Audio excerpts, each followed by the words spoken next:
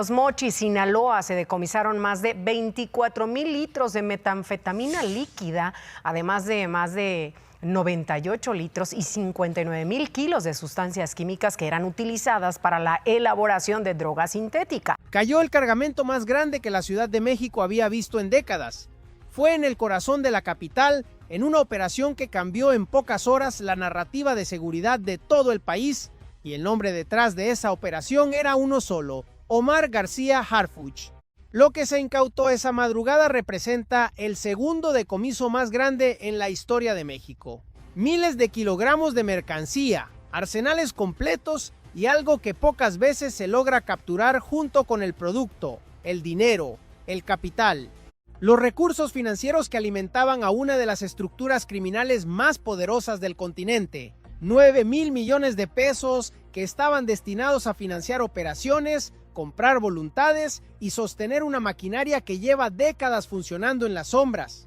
Pero hay algo que no se ha contado de esta historia, algo que va mucho más allá del número, del peso del cargamento y de las fotografías que circularon por todos los medios.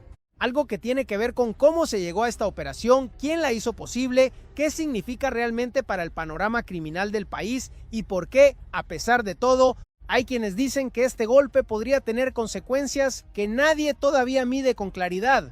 En unos minutos descubrirás esa parte de la historia, la que no cabe en un titular. Quédate, porque lo que viene a continuación es mucho más profundo de lo que parece. Durante los primeros meses de la administración de Claudia Sheinbaum, el nombre de Omar García Harfuch sonó con una fuerza particular. No era una figura nueva. Su trayectoria venía marcada desde su época en la Ciudad de México, donde como secretario de Seguridad Ciudadana construyó una reputación basada en resultados concretos, detenciones de alto perfil, desarticulación de células locales y una forma de operar que combinaba inteligencia fina con acción directa. Cuando llegó a la Secretaría de Seguridad y Protección Ciudadana a nivel federal, muchos se preguntaron si esa misma metodología podía escalar. Si lo que funcionaba en una ciudad podía aplicarse a un país entero, con toda su complejidad, con todas sus contradicciones. Esta operación es, hasta el momento, la respuesta más contundente a esa pregunta. Y eso no es lo más impactante de esta historia. En unos minutos vas a descubrir cómo se tejió la red de inteligencia que llevó a este decomiso, cuánto tiempo llevaba el gobierno siguiendo este rastro y qué información específica fue la que detonó el operativo. Si todavía no te has suscrito a este canal, este es el momento. Aquí encontrarás análisis profundos sobre seguridad, crimen organizado y poder en México que no vas a encontrar en ningún otro sitio. Suscríbete ahora y activa la campanita para no perderte nada. Para entender el peso real de lo que ocurrió, hay que entender primero el contexto en el que se produjo. La estructura criminal asociada al grupo de Sinaloa llevaba meses atravesando una crisis interna que muy pocos habían visto con tanta claridad desde afuera. La fractura que se había hecho pública entre dos facciones internas del grupo no era simplemente un conflicto de liderazgo, era una guerra por el control de rutas, de territorios, de recursos. Y cuando una organización de ese tamaño entra en conflicto interno, comete errores. Los movimientos se vuelven menos cuidadosos, las comunicaciones se aceleran, la urgencia desplaza a la precaución. Eso fue, según fuentes cercanas a la investigación, lo que creó La Ventana. Una organización que normalmente opera con capas de protección, con intermediarios, con estructuras diseñadas específicamente para que ningún elemento conozca más de lo necesario, comenzó a moverse de una forma que generó señales detectables. Fue en ese momento cuando la inteligencia comenzó a construir el caso.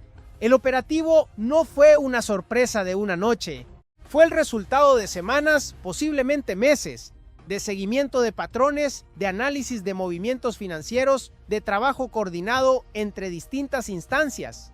Y lo que encontraron cuando finalmente actuaron superó incluso las estimaciones más optimistas del equipo que había preparado el golpe. Pero todavía no te he contado la parte más oscura de esta historia. Hablemos de los números, porque los números en este caso son los que realmente dimensionan lo que ocurrió. El segundo decomiso más grande en la historia de México. Para entender qué significa eso, hay que saber cuál es el primero. El primer lugar en esa lista también involucra a la misma estructura criminal, también implica volúmenes que desafían la comprensión y también dejó al país mirando las cifras con una mezcla de asombro e incredulidad. El hecho de que en menos de una generación esa misma organización haya acumulado suficiente capacidad logística para protagonizar los dos mayores decomisos de la historia del país dice algo fundamental sobre su escala. Los recursos incautados incluyen cargamentos de sustancias que en términos de valor de mercado representan cifras estratosféricas, pero el elemento que más llamó la atención de analistas, periodistas y funcionarios fue el componente financiero, 9,000 millones de pesos. Capital en efectivo o en activos que estaba destinado a fluir de regreso hacia la estructura, a financiar operaciones, a pagar a los distintos niveles de la cadena, a mantener vivas las redes de corrupción que permiten que estas organizaciones funcionen con tanta impunidad en tantos territorios. Capturar el producto es un golpe, capturar el dinero es un golpe diferente, porque el producto se puede reponer. Las rutas de producción siguen activas, los campos siguen produciendo, los laboratorios siguen operando. Pero el capital financiero, especialmente cuando está ya concentrado y listo para ser redistribuido, cuando se intercepta en ese punto específico del ciclo, genera un daño que tarda más en repararse. Obliga a la estructura a activar otras fuentes de financiamiento, a pedir recursos de otras células, a renegociar compromisos que ya estaban establecidos, crea fricciones internas, y esas fricciones en organizaciones que ya estaban en tensión pueden volverse muy costosas. Lo que descubrirás en unos minutos es aún más impactante. La figura de Harfuch en este operativo no es simplemente la del funcionario que aparece en la conferencia de prensa a anunciar los resultados. Su papel en la arquitectura de la operación es mucho más activo que eso. Quienes lo conocen desde su época en la Ciudad de México describen una forma de trabajar que combina la supervisión directa con la delegación estratégica. No es un secretario que espera el reporte. Es alguien que entiende el detalle técnico de las operaciones, que puede leer una ficha de inteligencia y saber qué preguntas hacer, que entiende la diferencia entre una captura oportunista y una operación construida con metodología. Esa diferencia es fundamental para entender por qué este resultado fue posible. Las capturas oportunistas ocurren cuando alguien comete un error visible y un elemento de seguridad está en el lugar correcto en el momento correcto. Son valiosas, pero no son reproducibles de forma sistemática. Las operaciones construidas con metodología, en cambio, son el resultado de procesos que se pueden repetir, mejorar y escalar. El decomiso de hoy es también, en ese sentido, una señal sobre el tipo de aparato que se está construyendo. Hay algo más que vale la pena señalar en este punto. La coordinación que requirió esta operación no fue simple. Implicó a múltiples instancias, múltiples niveles de gobierno, posiblemente coordinación con instancias de inteligencia que no aparecen en los comunicados oficiales. El hecho de que no hubiera filtraciones previas, que el operativo se desarrollara sin que la estructura tuviera tiempo de mover o dispersar los recursos, habla de un nivel de hermeticidad que no siempre se logra en operaciones de esta magnitud en México, y eso, por sí solo, es un logro que merece ser analizado con seriedad. Todavía no te he contado la parte más oscura de esta historia, pero ningún análisis honesto de este tipo de operaciones puede quedarse solo en el aplauso. Hay preguntas que también hay que hacerse. Preguntas que no invalidan el logro, pero que lo sitúan en un contexto más complejo. La primera es una pregunta que siempre surge después de un golpe de esta escala. ¿Qué pasa ahora? La experiencia histórica con los grandes decomisos en México y en otros países que han enfrentado desafíos similares muestra un patrón que se repite con una regularidad inquietante. El golpe genera un impacto real e inmediato en la capacidad operativa de la organización afectada. Eso es un hecho. Pero también genera otras cosas. Genera una reestructuración interna que a veces produce un liderazgo más cauteloso y adaptado. Genera una búsqueda de nuevas rutas y nuevos mecanismos de protección, y en algunos casos, especialmente cuando la organización ya estaba en conflicto interno, puede acelerar y agravar ese conflicto de formas que tienen consecuencias para la violencia en los territorios que controla. Dicho de otra manera, el golpe es real y duele, pero el dolor puede traducirse de formas distintas dependiendo de cómo responda la organización en los días y semanas que siguen. Y eso es algo que ningún comunicado oficial puede garantizar de antemano.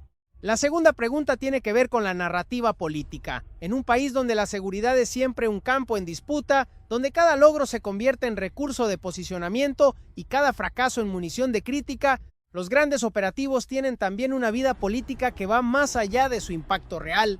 El riesgo no es que el logro sea falso, porque los números hablan por sí mismos, sino que la narrativa construida alrededor de él genere expectativas que luego sean difíciles de sostener. La tercera pregunta, quizás la más incómoda, tiene que ver con lo que no se ve. Por cada tonelada que se incauta, ¿cuántas pasan? Por cada 9,000 millones que se congelan, ¿cuántos fluyen sin ser detectados? Esas preguntas no son una crítica a quienes trabajan en las operaciones. Son una manera de recordar que el fenómeno que enfrentan es sistémico, profundo y de una escala que ninguna operación individual puede resolver por sí sola. El segundo mayor decomiso de la historia del país es un logro extraordinario y al mismo tiempo la organización que protagonizó ese decomiso lleva décadas siendo la más poderosa del continente. Ambas cosas son ciertas al mismo tiempo, pero eso no es todo, porque hay una dimensión de esta historia que casi nadie ha contado con la profundidad que merece. La estructura criminal que fue golpeada en esta operación no es solamente una red logística para mover mercancía, es un sistema económico complejo con ramificaciones que van mucho más allá del tráfico de sustancias. Tiene presencia en sectores legales de la economía, tiene mecanismos de integración financiera que operan a través de negocios aparentemente normales, tiene conexiones con redes de distribución que operan en mercados internacionales. El capital que se interceptó en esta operación no era simplemente dinero en el sentido ordinario, era el lubricante de un sistema que genera empleos, que sostiene comunidades enteras en algunas regiones del país, que tiene en muchos territorios un nivel de arraigo social que ningún operativo policial puede desarticular de forma directa. Esa es la dimensión que hace que estos fenómenos sean tan resistentes a las soluciones puramente operativas. No es que las operaciones no funcionen, es que funcionan en una capa del problema mientras las raíces de ese problema siguen intactas en otra capa más profunda. El desmantelamiento real de estas estructuras requiere también transformar las condiciones económicas y sociales que las hacen posibles, las razones por las que comunidades enteras encuentran en esas economías una alternativa viable cuando las opciones formales no existen o no alcanzan. Justo cuando crees que ya lo sabes todo, ocurre algo que nadie esperaba. Porque en medio de todo este análisis hay un elemento que cambia la perspectiva de una manera que pocas veces se considera: el momento. Esta operación no ocurre en un vacío. Ocurre en un punto muy específico del proceso político mexicano, en los primeros meses de una administración que llegó con compromisos claros en materia de seguridad, en un momento en que la relación entre México y Estados Unidos en temas de seguridad y tráfico de sustancias atraviesa uno de sus periodos más tensos en años recientes. La presión internacional, especialmente desde Washington, sobre los resultados concretos en la lucha contra las estructuras criminales mexicanas ha sido intensa y pública. Las amenazas de certificación, las discusiones sobre la capacidad del Estado mexicano para enfrentar el problema, los debates internos en el Congreso estadounidense sobre posibles designaciones y medidas coercitivas, todo eso crea un contexto en el que un operativo de esta magnitud tiene también una lectura diplomática y política que va más allá de sus efectos en el territorio nacional.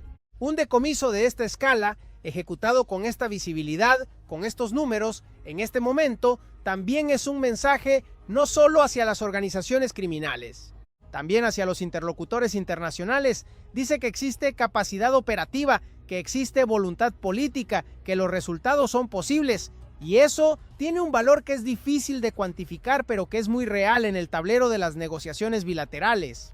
Harfuch lo sabe, y quienes diseñaron la comunicación de esta operación también lo saben. La forma en que se presentaron los resultados, los elementos que se eligió destacar, la manera en que se construyó el relato para consumo tanto doméstico como internacional, todo eso es parte de una estrategia de posicionamiento que va más allá del operativo en sí mismo. Eso no lo invalida, lo hace más complejo. Y ahora llegamos a lo que este momento revela sobre el futuro inmediato, porque después de un golpe de esta magnitud, la pregunta no es si habrá respuesta.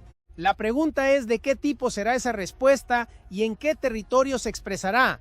Las organizaciones de esta escala no desaparecen después de un decomiso, por enorme que sea, se adaptan. Y la forma en que se adapten en las próximas semanas dirá mucho sobre el estado real de su estructura interna, sobre qué tanto daño hizo realmente el operativo y sobre qué está por venir en los territorios donde tienen mayor presencia.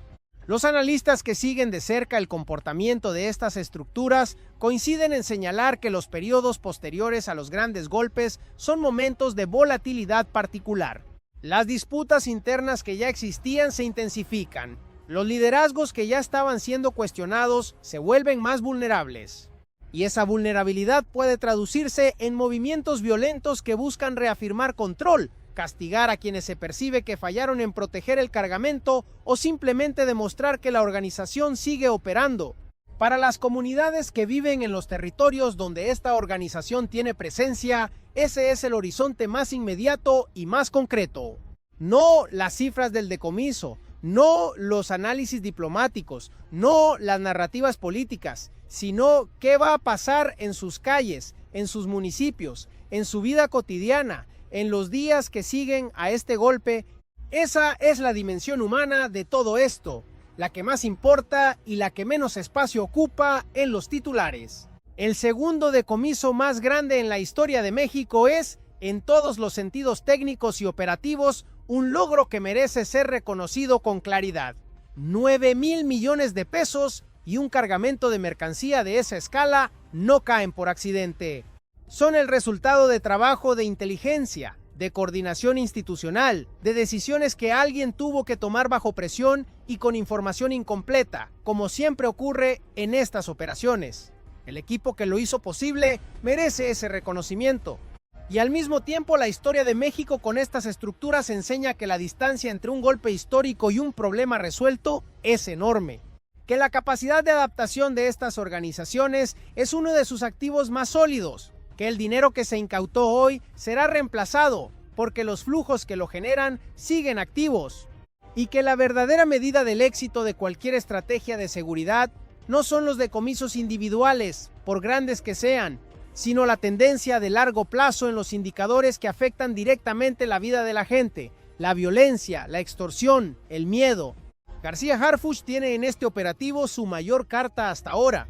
La pregunta que él mismo sabe que tendrá que responder en los próximos meses es si puede convertir ese resultado en una metodología sostenida.